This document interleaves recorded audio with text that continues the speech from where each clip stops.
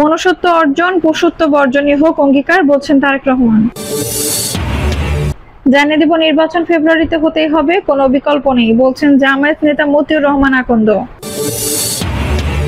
আরো জানাবো সরকারকে সিদ্ধান্ত নিতে হবে সে কোন ম্যান্ডেট নিয়ে এসেছে, বলছেন একে আজাদ।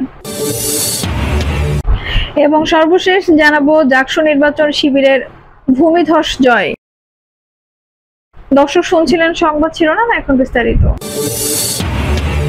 মনুষ্যত্ব অর্জন, পশুত্ব বর্জনই হোক অঙ্গীকার, বলছেন তারেক রহমান। বিএনপির ভারপ্রাপ্ত চেয়ারম্যান তারেক রহমান বলেছেন, ১.৫ দশকেরও বেশি সময় ধরে একজন মানুষ নাগরিক হিসেবে সব গণতান্ত্রিক রাজনৈতিক অধিকার হারানোর কারণে অনেকের মনে হয়তো এক ধরনের অসহিঞ্চতার জন্ম নিয়েছে। এই অসহিঞ্চতা কাটিয়ে একজন মানবিক মানুষ হয়ে ওঠার জন্য মনুষ্যত্ব অর্জন আর পশুত্ব বর্জনই হোক আমাদের অঙ্গীকার। প্রধান অতিথির বক্তব্যে তারেক রহমান বলেন, গণতন্ত্রের সঙ্গে মানুষের অধিকারের সম্পর্কটা যেমন বাস্তুতন্ত্রের সঙ্গে পশু পাখি এবং বন্য প্রাণীর অধিকারের সম্পর্কটাও তেমন।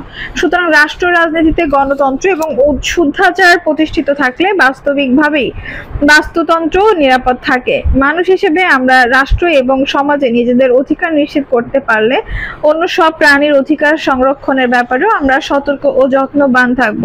সেই বিবেচনা থেকেই দেশের রাজনৈতিক ডামাডোলের বাইরে এসে পশু পাখি প্রাণী প্রেমিক কিছু মানুষের আয়োজনে আজকের প্রাণী বিষয়ক এই আলোচনাটি অবশ্যই অর্থবহ এবং অত্যন্ত ভালো একটি উদ্যোগ। মানুষের সৃষ্টি পরিস্থিতির কারণে অনেক প্রজাতির অস্তিত্ব হুমকির সম্মুখীন। বাংলাদেশের গর্ব, ঐতিহ্যের প্রতীক রয়্যাল বেঙ্গল টাইগার বাঘও এখন মনে হয় বিলুপ্ত প্রজাতির তালিকায় খুব সম্ভব স্থান করে নিচ্ছে। যতটুকু মনে আছে, ৮০ দশকে বাংলাদেশের সুন্দরবনে বাঘের সংখ্যা ছিল সম্ভবত ৫০০-র কাছাকাছি। সর্বশেষ জরিপে সেই বাঘের সংখ্যা কমতে কমতে এখন ১০০-টির কাছাকাছি এসে দাঁড়িয়েছে। হাতির সংখ্যা এখন কমে ২০০-টির নিচে চলে এসেছে বোধহয়। এভাবে বাংলাদেশের অনেক প্রাণী বিলুপ্ত প্রজাতির তালিকায় ধীরে ধীরে যুক্ত হচ্ছে নানা কারণে। একদিকে জীববৈচিত্র্য যেরকম হুমকির মুখে পড়ছে, ঠিক একইভাবে বন্যপ্রাণী পাচারের ঘটনাও কিন্তু বেশ উদ্বেগজনক হারে বাড়ছে। আর এসব কারণে বন্যপ্রাণী, জলজ উদ্ভিদ এবং প্রাণীদের বাসস্থানগুলো অস্তিত্ব সংকটের মধ্যে পড়েছে। ইনশাআল্লাহ জনগণের রায়ে বিএনপি রাষ্ট্র পরিচালনার সুযোগ পেলে পশু পাখি, বন্যপ্রাণী তথা বাস্তুতন্ত্র নিরাপত্তার জন্য এই দেশের আইন কানুনগুলো সময় উপযোগী করব। প্রাণী সম্পর্কিত আইনগুলো পরিবর্ধন প্রয়োজন আছে। নির্বাচন ফেব্রুয়ারিতে হতেই হবে, কোনো বিকল্প নেই, বলছেন জামায়াত নেতা মতিউর রহমান আকন্দ। জামায়াত ইসলামী কেন্দ্রীয় নির্বাহী পরিষদের সদস্য মতিউর রহমান আকন্দ বলেছেন, জাতীয় নির্বাচন ফেব্রুয়ারি মাসে হতেই হবে, এর কোনো বিকল্প নেই। নির্বাচন যদি না হয় আবার আমাদের সবাইকে আগের চেয়ে ভয়ঙ্কর অবস্থায় যেতে হবে, এতে কোনো সন্দেহ নেই। বৈঠকে জামায়াতের প্রতিনিধি হিসেবে অংশ নেন মতিউর রহমান আকন্দ।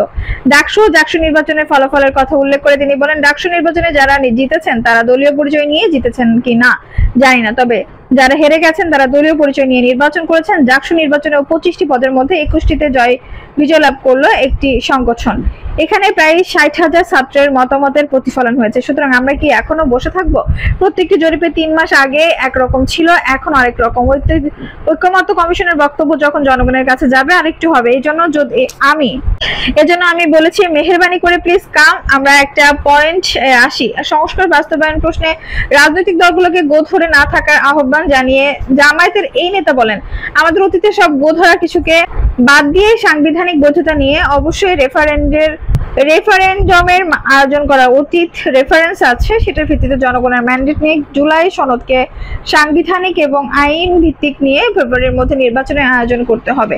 তাহলে দেশ বাঁচবে, রাজনীতি বাঁচবে এবং রাজনৈতিক দলের নেতারা বাঁচবেন। রাজনৈতিক সমঝোতা ছাড়া অতীতে কোনো সমস্যার সমাধান হয়নি উল্লেখ করে মতিউর রহমান আকন্দ বলেন, 1991 সালে আমরা সবাই রাজনৈতিকভাবে একমত হয়েছিলাম, কিন্তু যে ব্যবস্থার ব্যাপারে একমত হয়েছিলাম সেটা আমরা ইন্ট্রোডিউস করতে পারিনি। ওই সময় জনগণের ঐক্যমত্যের প্রতি সম্মান দেখিয়ে যদি সেটা প্রথমেই ইন্ট্রোডিউস করে নেওয়া যেত তাহলে আর এই সংকটটা আসতো না। আমি মনে করি আমরা রাজনীতিবিদেরা জনগণের বিশ্বাস হারিয়েছি, কারণ রাজনীতিবিদেরা যা বলেন তা করেন না। ক্ষমতায় যাওয়ার আগে তারা এক বক্তব্য দেন আর ক্ষমতায় যাওয়ার পর আরেক। আজকে পলাতক সাবেক প্রধানমন্ত্রী জোর করে ক্ষমতায় থাকতে চেয়েছিলেন। এই জোর করে থাকার প্রবণতা বাংলাদেশকে কোথায় নিয়ে গিয়েছে তার ভুক্তভোগী বাংলাদেশের সব রাজনৈতিক নেতা ও দল। রাজনৈতিক নেতাদের সচেতন থাকতে হবে উল্লেখ করে প্রথম আলোর গোল টেবিল বৈঠকে জামায়াতের সদস্য মতিউর রহমান আকন্দ বলেন, জনগণের প্রতি প্রতিশোধ কিন্তু নির্মম। 2024 সালে জনগণ নির্মম প্রতিশোধ নিয়েছেন। যিনি গর্ব করতেন I am daughter of the father of the nation, এই দেশে তিনি ছাড়বেন না।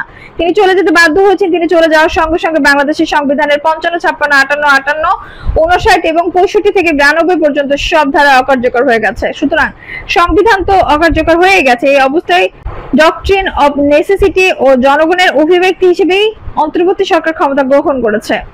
এই নেতা বলেন, আমরা একটা নতুন বিতর্কে জড়িয়ে পড়েছি। সে কি পদ্ধতিতে সংস্কার বাস্তবায়ন হবে? এই পদ্ধতির বহু দৃষ্টান্ত বাংলাদেশে আছে। সরকারকে সিদ্ধান্ত নিতে হবে সে কোন ম্যান্ডেট নিয়ে এসেছে, বলছেন একে আজাদ।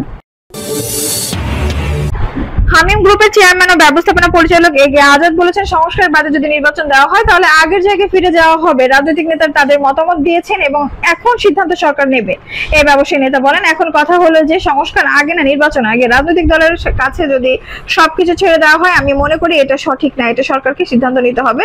প্রত্যেকের রাজনৈতিক দর্শন আছে, বাস্তবায়নের দর্শন আছে। সরকারকে সিদ্ধান্ত নিতে হবে যে সে কোন ম্যান্ডেট নিয়ে এসেছে এবং কিভাবে তা বাস্তবায়ন করবে এবং নির্বাচনের জন্য নিজেকে তৈরি করবে। আজ শনিবার নির্বাচনের জন্য রাজনৈতিক সমঝোতার পথ শীর্ষ গোল টেবিলে আলোচনায় তিনি এসব কথা বলেন। বিকেলে রাজধানীর কারওয়ান বাজারের প্রথম আলোর কার্যালয়ে এই গোল টেবিলের আয়োজন করা হয়। একে আজাদ বলেন, জাতীয় ঐক্যমত্য কমিশনে আসো প্রতিটি প্রস্তাবই গ্রহণযোগ্য এবং বাস্তবায়নযোগ্য। তবে অন্তর্বর্তী সরকারের উচিত ছিল অনেক আগে এগুলো বাস্তবায়ন করা। যত সময় যাবে সরকারের জন্য এগুলো বাস্তবায়ন করা কঠিন হয়ে যাবে। একটা নির্বাচিত সরকারের যতটা সক্ষমতা থাকে, একটা অনির্বাচিত বা অন্তর্বর্তী সরকারের সেই ক্ষমতা থাকে না। কারণ একটা নির্বাচিত সরকার একটা দল থাকে এবং সেই যেভাবে রাষ্ট্র পরিচালনা করতে পারে, আর একটা অনির্বাচিত সরকার সেভাবে পারে না। আইন শৃঙ্খলা, কর্মসংস্থান ও বিনিয়োগের ক্ষেত্রে দেখা যাচ্ছে সমস্যা কিন্তু দিন দিন বাড়ছে।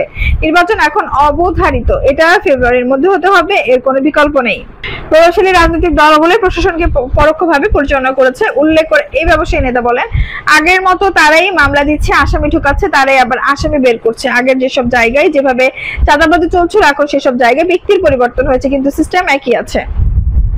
তাহলে আজকে সংস্কার বাদে যদি আমি একটা নির্বাচন দিই তাহলে তো আমি আগের জায়গায় চলে যাচ্ছি। রাজনৈতিক নেতারা তাদের মতামত দিয়েছেন, এখন সিদ্ধান্ত সরকার নেবে।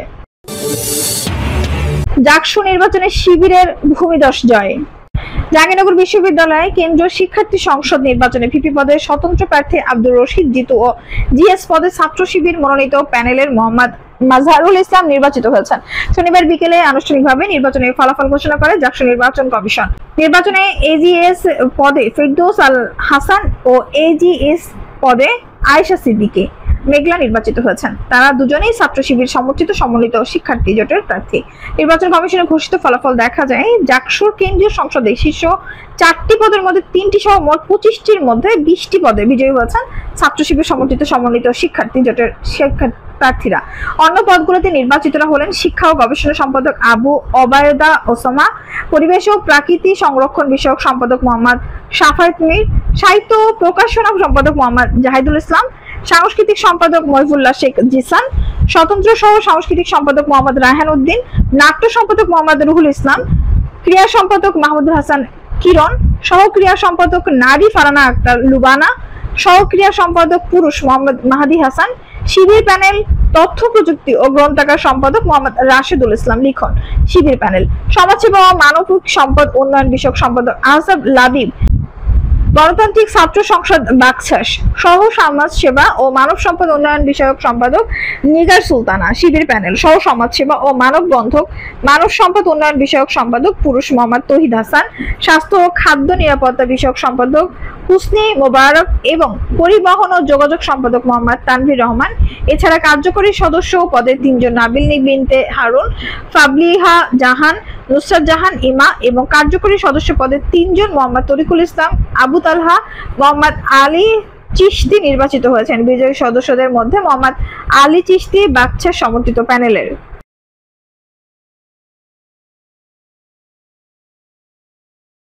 দর্শক, এই ছিল এখনকার সর্বশেষ সংবাদ। নিশ্চয়ই ভালো লাগলে অবশ্যই একটা লাইক দিন, কমেন্টে আপনার মূল্যবান মতামত জানান। সবসময় আমাদের পাশে থাকতে সাবস্ক্রাইব করে বেল বাটনটি অন করে রাখুন। ধন্যবাদ।